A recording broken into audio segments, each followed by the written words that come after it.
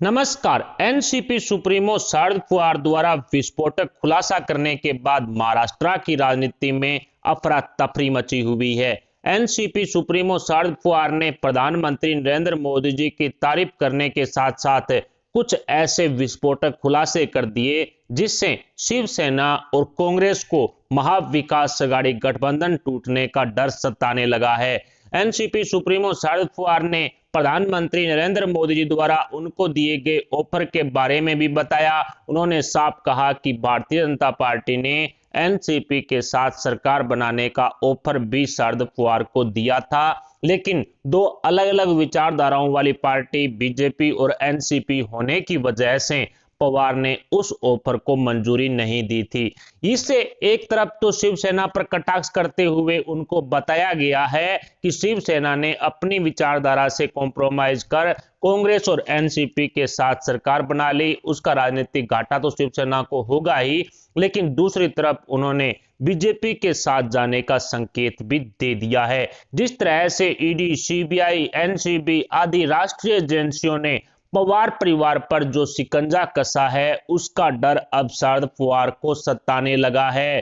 पहली बार किसी सरकार ने पवार परिवार की जड़ों में हाथ डाला है और मोदी सरकार द्वारा डाले गए इस हाथ से शरद पवार को डर सताने लगा है कि भविष्य में उनका परिवार है वो पूरी तरह से जेल की सलाखों के पीछे जा सकता है, क्योंकि 25,000 करोड़ रुपए सहकारी बैंक घोटाले का आरोप अजीत पवार पर लगा हुआ है और इसकी जांच की आंच है वो शरद पवार तक भी पहुंच रही है। ऊपर से अमित शाह के हाथ में सहकारिता विभाग आ गया है, जिससे शरद पवार को महाविकास अघाड़ी गठबंधन सरकार छोड़ने के लिए मजबूर भी होना पड़ सकता है, क्योंकि राष्ट्रीय एजेंसियों की जांच की आंच से बचने के लिए अब शरद पवार कोई बड़ा गेम शिवसेना और कांग्रेस के साथ खेल सकते हैं।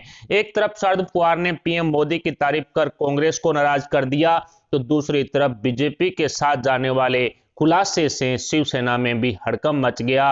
पहले से ही एनसीपी, कांग्रेस, शिवसेना तीनों पार्टियों के विधायकों में बगावत के सुर है वो तेज हो चुके हैं और यही कारण रहा कि महाराष्ट्र विधानसभा स्पीकर का चुनाव है वो गुप्त मतदान से नहीं करवाया गया, क्योंकि उद्धव सरकार ने अपने ही विधायकों द्वारा होने वाली बगावत का अनुमान पूर्व में ही लगा लिया था। अगर ऐसा होता तो फिर विधानसभा स्पीकर चुनने में उद्धव सरकार को कई चुनौतियों का सामना करना पड़ता। और अब एनसीपी सुप्रीमो शरद पवार ने भारतीय जनता पार्टी से नजदीकियां बढ़ाने वाला बयान देकर के ये साबित भी कर दिया है कि महाविकास अघाड़ी गठबंधन सरकार में कई ऐसे विधायक हैं जो कहीं ना कहीं महाविकास अघाड़ी गठबंधन की उद्धव सरकार में बगावत करेंगे। जब भी इनको मौका मिलेगा तो ये बगावत जरूर करेंगे।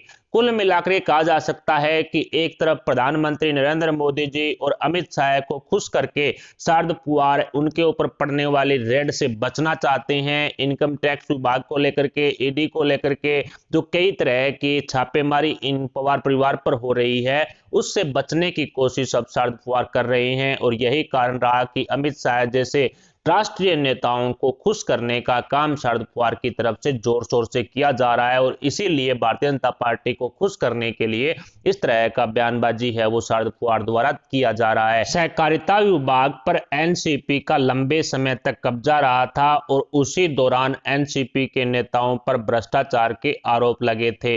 अब इस जांच की आंच पवार परिवार तक पहुंच रही है और उससे बचने की कोशिश अब शरद पवार द्वारा जारी है और इसके साथ साथ शिवसेना और कांग्रेस को कड़ा संदेश देने का काम एनसीपी सुप्रीमो ने कर दिया है। उनकी तरफ से साफ कहा गया कि 2019 में प्रधानमंत्री से जब वो मिलने गए तो उनके सामने बीजेपी के साथ सरकार बनाने का ऑफर था, लेकिन दोनों पार्टियों की विचारधारा अलग अलग होने के कारण उन्होंने बीजेपी के इस ऑफर को एक्सेप्ट नहीं किया था।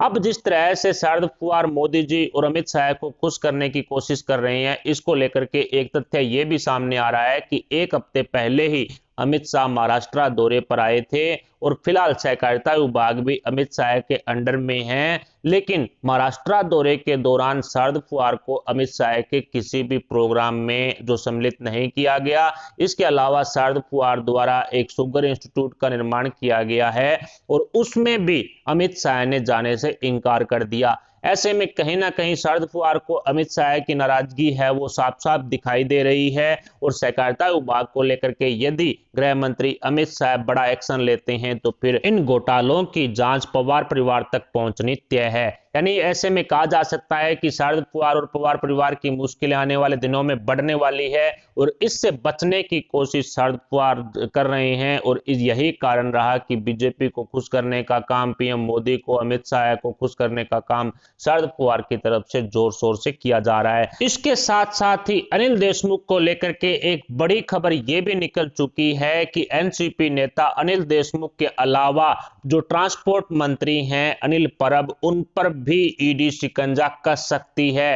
हालांकि इसको लेकर के अभी तक कोई पूरी जानकारी तो हासिल नहीं हुई है, लेकिन सूत्रों से मिली जानकारी के मुताबिक आने वाले समय में अनिल परब पर भी ईडी शिकंजा कसेगी। हालांकि पहले से ही अनिल परब के खिलाफ जो मामला दर्ज है और उसकी जांच है वो चल रही है, लेकिन अब इस वसूली कांड को लेकर के, ट्रांसफर पोस्टिंग घोटाले को लेकर के एक बार फिर से अनिल परब पर ईडी शिकंजा कस सकती है। उद्धव सरकार के एक से एक मंत्री हैं वो इस 100 करोड़ रुपए वसूली कांड और ट्रांसफर पोस्टिंग घोटाले में जो कहीं ना कहीं नपते जा रहे हैं। और ऐसे में उद्धव सरकार की किरकिरी होने के साथ साथ शिवसेना की साख को भी बहुत बड़ा झटका लगा है। और आने वाले समय में मुंबई बीएमसी चुनाव भी हैं, मुंबई महानगरपालिका के, और यदि महानगरपालिका के चुनाव के दौरान शिवसेना कब्जा नहीं कर पाई तो फिर शिवसेना की खूब ज्यादा फजियत होगी, क्योंकि पिछले 2-3 दशक से शिवसेना का ही लगातार कब्जा रहा है बीएमसी पर।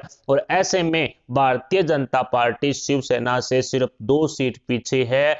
जब शिवसेना के साथ बीजेपी का गठबंधन था तब इस तरह की कोई कोशिश नहीं की गई कि बीएमसी में जो भारतीय जनता पार्टी अपना कब्जा करे। लेकिन इस बार महाविकास अघाड़ी गठबंधन की शिवसेना और बीजेपी दोनों अलग अलग पार्ट है, तो निश्चित है कि भारतीय जनता पार्टी शिवसेना को बीएमसी में भी बड़ा झटका दे सकती है। और सिंधुदुर्ग जिले के अंदर सहकारी बैंक के चुनाव हुए जिसमें 19 सीटों में से 11 सीटों पर भारतीय जनता पार्टी ने जीत दर्ज की है और महाविकास अघाड़ी गठबंधन की करारी हार हुई है। भारतीय जनता पार्टी ने जबरदस्त जीत यहां पर दर्ज की, जिसके बाद उद्धव सरकार को बहुत बड़ा झटका लगा। और ऐसे में देखा जाए तो बीएमसी चुनाव भी इस बार शिवसेना के हाथों निकल सकता है। जिस तरह से हिंदुत्व के सिद्धांतों से समझौता करके मुस्लिमकरण की कांग्रेस राजनीति को उद्धव ठाकरे ने, शिवसेना ने अपनाया है, उसका घाटा अब राजनीतिक तौर पर उद्धव ठाकरे को भुगतना पड़ेगा। कुल मिलाकर कहा जा सकता है कि महाविकास अघाड़ी गठबंधन में कुछ भी ठीक नहीं चल रहा। फिलहाल एनसीपी सुप्रीमो शरद पवार क्या भारतीय जनता पार्टी के साथ जाकर के सरकार बनाने के विचार पर जो किसी तरह का विचार कर रहे हैं, क्या इस तरह का जो महाविकास अघाड़ी गठबंधन को छोड़ करके शरद पवार बीजेपी को समर्थन वाली सरकार महाराष्ट्र में बना सकते हैं? क्या मार्च 2022 में नारायण राणे द्वारा जो सरकार बनाने का दावा किया गया था उसका एक फार्मूला एनसीपी प्रमुख शरद पवार ही हैं? इस पर आप अपने विचार में कमेंट बॉक्स में जरूर बताएं। साथ ही वीडियो को लाइक करके हमारे चैनल को सब्सक्राइब जरूर कर लें। अभी के लिए इतना ही, मिलते हैं अगले वीडियो के साथ, तब तक के लिए जय हिंद, जय भारत।